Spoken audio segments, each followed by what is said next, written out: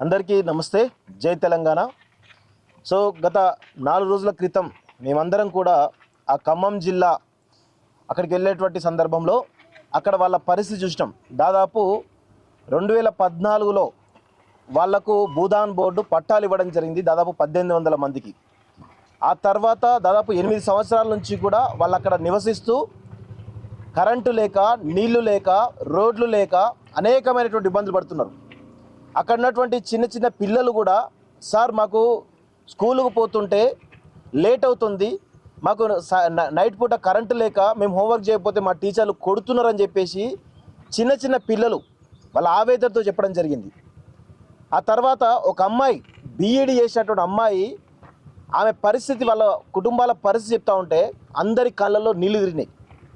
So ఆ క్రమంలో మేము అనుకున్నాం, ఖచ్చితంగా ఈ యొక్క ఉద్యమాన్ని ఇంకొంచెం ముందు తీసుకుపోవాలి, రాష్ట్ర వ్యాప్తంగా దీన్ని తెలంగాణ సమాజం ముందు ఉంచాలని చెప్పేసి మేము అనుకున్నాం. అయితే గత 2-3 రోజుల నుంచి కూడా ఈ ఏదైతే కొంతమంది ఆ పోరాటం చేసిన వాళ్ళు ఎవరైతే హైదరాబాద్లో రౌండ్ టేబుల్ పెట్టాలని చెప్పేసి అనుకున్న సమయంలో ఈరోజు మధ్యాహ్నం 3 గంటలకు ప్రెస్ మీట్ ఉండే, రౌండ్ టేబుల్ కాన్ఫరెన్స్ ఉండే. సో దానిలో మేము కూడా మాట్లాడదాం, దానికి సంబంధించిన భవిష్యత్ కార్యాచరణ ఏంటో డిసైడ్ ఒక తరుణంలో అనుకోకుండా ఈరోజు ఉదయం 6 గంటలకు మా అందరికీ కూడా సమాచారం రావడం జరిగింది. దాదాపు 10,000 మంది పోలీసులు అక్కడికి రెవెన్యూ డిపార్ట్మెంట్తో సహా ఇరిగేషన్ డిపార్ట్మెంటు, కలెక్టర్ ఆఫీస్ సంబంధించినటువంటి సిబ్బంది మొత్తం దాదాపు 10,000 మంది ఆ యొక్క 1000 మంది గుడిసెలు కట్టుకున్నటువంటి పేద ప్రజలపైన అరాచకాలు, దుర్మార్గాలు చేసి అక్కడున్నటువంటి అన్నింటినీ కూడా, నేను విచిత్రంగా ఏంటంటే ఒక జర్నలిస్ట్తో మాట్లాడితే ఏమన్నారంటే, అన్న ఇక్కడ ఖమ్మం జిల్లా నగరంలో ఉన్నటువంటి అన్ని జేసీబీలు కూడా ఈరోజు అక్కడ ఉన్నాయన్న, ఏ ఒక్క జేసీబీ కూడా వేరే కాడ లేదు అని చెప్పేసి అంత పెద్ద ఎత్తున కలెక్టర్ ఆధ్వర్యంలో ఇటు మంత్రి తుమ్మల నాగేశ్వరరావు ఆదేశాలతోటి దాదాపు 10,000 మంది అక్కడ పోవడం జరిగింది. సో ఆ క్రమంలో ఇంకొన్ని విషయాలు కూడా మాకు తెలిసినాయి. ఏంది ఇంతమంది పోలీసులు ఎందుకు పోతున్నారని చెప్పేసి ఒక జర్నలిస్ట్ అడిగితే చాలా స్పష్టంగా చెప్పిండు, అన్న ఇది వేరే కుట్ర జరుగుతుందన్న, బయటికి ఏం చెప్తున్నారంటే మావోయిస్టులు అందులో తలదాచుకున్నారు అని చెప్పేసి ఒక ప్రచారం చేసేటో ప్రయత్నం చేస్తున్నారు, దాన్ని బేస్ చేసుకొని మొత్తం 10,000 మంది తీస్తున్నారని చెప్పేసి ఇంకొక మిత్రుడు చెప్పడం జరిగింది. సో ఈ విధంగా పేద ప్రజలు వాళ్ళు కనీసం మీరు ఎట్లాగో భూదాన్ బోర్డు ఇచ్చినటువంటి భూమిని మీరు ఎట్లా రెగ్యులైజ్ చేయలేదు, వాళ్ళకు రోడ్లు వేయలేదు, వాళ్ళకు నీళ్ళు ఇవ్వలేదు, వాళ్ళకు కనీసం కరెంటు కూడా ఇవ్వకుండా దోమల మధ్య ఎంత దారుణంగా ఉన్నారో ఒకసారి అక్కడ పోతే తెలిసేది. ఈరోజు వాళ్ళందరూ కూడా వాళ్ళ వేలాది మంది బతుకులు రోడ్ల పాల్పడ్డాయి.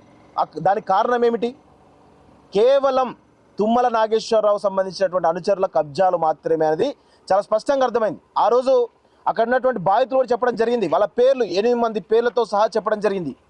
గతంలో వాళ్ళు ఎక్కడున్నారా అంటే బీఆర్ఎస్ ప్రభుత్వంలో పువ్వాడ అజయ్కి అనుచరులుగా ఉన్నారట, తర్వాత తుమ్మల నాగేశ్వరరావు ఎమ్మెల్యే మంత్రి అయిన తర్వాత ఈయన అనుచరులుగా తయారై అప్పటి నుంచి ఇప్పటి వరకు కూడా కబ్జాలు చేస్తున్నామని చెప్పేసి వాళ్ళు చెప్తా ఉన్నారు.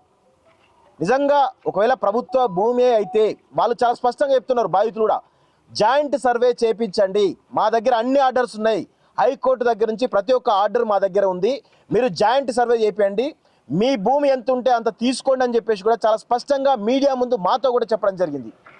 ఇంత స్పష్టంగా బాధితులు చెప్తా ఉంటే ఈరోజు ప్రభుత్వం ఎంత దారుణంగా అంటే, మేము కేవలం కవరేజ్ కోసం వెళ్తున్నాం, అక్కడికి వెళ్ళి మేము మా అంటే 20-30 మంది ఉన్నాం, అక్కడికి వెళ్ళి మేము గొడవ చేయగలుగుతాం? కేవలం ప్రజలు తమ యొక్క ఆవేదనను, తమ యొక్క ఆక్రోశాన్ని ఏ విధంగా వెళ్ళగలుగుతారో ప్రజలకు తెలియజేసే ప్రయత్నం చేసే ప్లాన్ పెట్టుకున్నాం. దానికోసం మేమందరం కూడా వెళ్తుంటే నకరికల్ టోల్ ప్లాజా దగ్గర మమ్మల్ని అడ్డుకోవడం జరిగింది. నిజంగా చాలా దుర్మార్గమైన విషయం. ఇప్పటి వరకు తెలంగాణ వచ్చి 12 ఏళ్ళు అవుతా ఉంది, ఇప్పటి వరకు కూడా ఇలాంటి ఒక కవరేజ్ కోసం వెళ్తున్నటువంటి జర్నలిస్టులను అరెస్ట్ చేసినటువంటి దాఖలాలు ఇప్పటి వరకు ఎక్కడ కూడా లేవు. సో రేవంత్ రెడ్డి ప్రజాప్రభుత్వం అని చెప్తూ ఈరోజు ఎవరికి చంద్రబాబు అడుగులకు మడుగులొత్తుతూ, చంద్రబాబు అదేవిధంగా తుమ్మల నాగేశ్వరరావు సంబంధించిన ఆదేశాలతోటి రేవంత్ రెడ్డి చాలా క్లియర్గా దాదాపు 60 ఎకరాలు అంటే ఎందుకు వీళ్ళకి కనుబడ్డదని ఒకసారి ఆలోచిస్తే, కలెక్టర్ ఆఫీస్ పక్కనే ఉన్నది, అదేవిధంగా అక్కడ ఇంటర్నేషనల్ స్కూల్ పడ్డది, అక్కడ అంతా కూడా డెవలప్ అవుతున్నది, అక్కడ ఉన్నటువంటి రేట్లు అమాంతం పెరిగిపోయినాయి. దాదాపు 300 నుంచి 400 కోట్ల ల్యాండ్ విలువ అది. మొత్తం అక్కడ కన్స్ట్రక్షన్ చేస్తే కొన్ని వేల కోట్ల దందా చేయడానికి ఈరోజు తుమ్మల నాగేశ్వరరావు, ఆయన కొడుకు యుగంధర అని పేరు ఎవరు ఉన్నారు, యుగంధర్, ఆయన అల్లుడు, వీళ్ళందరూ కలిసి కొంతమంది కబ్జాదారులతో కలిసి అక్కడ పెద్ద ఎత్తున ప్రజలు. మేము ఒకటే అడుగుతా ఉన్నాం, పొంగులేటి శ్రీనివాసరెడ్డి ఏం తెలియనట్టు నటిస్తూ ఉన్నాడు, కానీ అదంతా ఆయనకు తెలిసే జరిగినట్టు మాకు అనిపిస్తూ ఉంది. డిప్యూటీ సీఎంకు తెలుసు, అందరూ తెలుసు. డిప్యూటీ సీఎం నేను పేద ప్రజల పక్షం, నేను దళిత సామాజిక వర్గం నుంచి వచ్చినా చెప్తున్నాడు, కానీ ఆయన దళిత పక్షం కాదు, ఆయన ఎవరి పక్షం కాదు, కేవలం డబ్బుల పక్షం, ఆర్థిక పరమైనటువంటి లావాదేవీల పక్షమే, కబ్జాకోర్ల పక్షమే చాలా స్పష్టంగా మాకు అర్థమవుతుంది. డిప్యూటీ సీఎం బట్టి అంటే మాకు గౌరవం ఉండేది, కానీ ఈరోజు ఆ వేలాది మంది పేద ప్రజల బతుకులు చూసిన తర్వాత నిజంగా మీరు నాయకులుగా ఉండడం, తెలంగాణ బిడ్డలుగా ఉండడం నిజంగా మా అందరికీ కూడా అవమానకరంగా అనిపిస్తూ ఉంది. మీరు ముగ్గురు కలిసి ఖమ్మంని నాశనం చేస్తూ ఉన్నారు. ఖమ్మంలో ఉన్నటువంటి పేద ప్రజల రక్తాన్ని పిప్పి పీల్చేసి తాగుతూ ఉన్నారు. అంత రక్త పిశాచులాగా తయారవుతూ ఉన్నారు మీరందరూ కూడా. ఎంత దుర్మార్గం అంటే నిజంగా పొంగులేటి శ్రీనివాసరెడ్డి కలెక్టర్ ఫోన్ చేసి మాట్లాడినప్పుడు కూడా ఆయనకు తెలియదు అంటే ఏ విధమైనటువంటి పరిపాలన ఉందో అర్థం చేసుకోండి.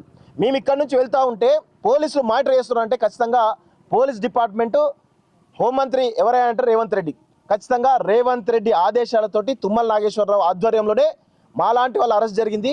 సరే, ఈ రోజు వరకు మా యొక్క గొంతులు నొప్పించు కాక, మా గొంతులను వినిపించకపోవచ్చు కాక, భవిష్యత్తులో ఖచ్చితంగా దీనిపైన చాలా సీరియస్గా అన్ని రకాల పోరాటాలు చేయడానికి మేము సిద్ధంగా ఉన్నాం. న్యాయ పోరాటాలు చేస్తాం, ప్రజా పోరాటాలు చేస్తాం.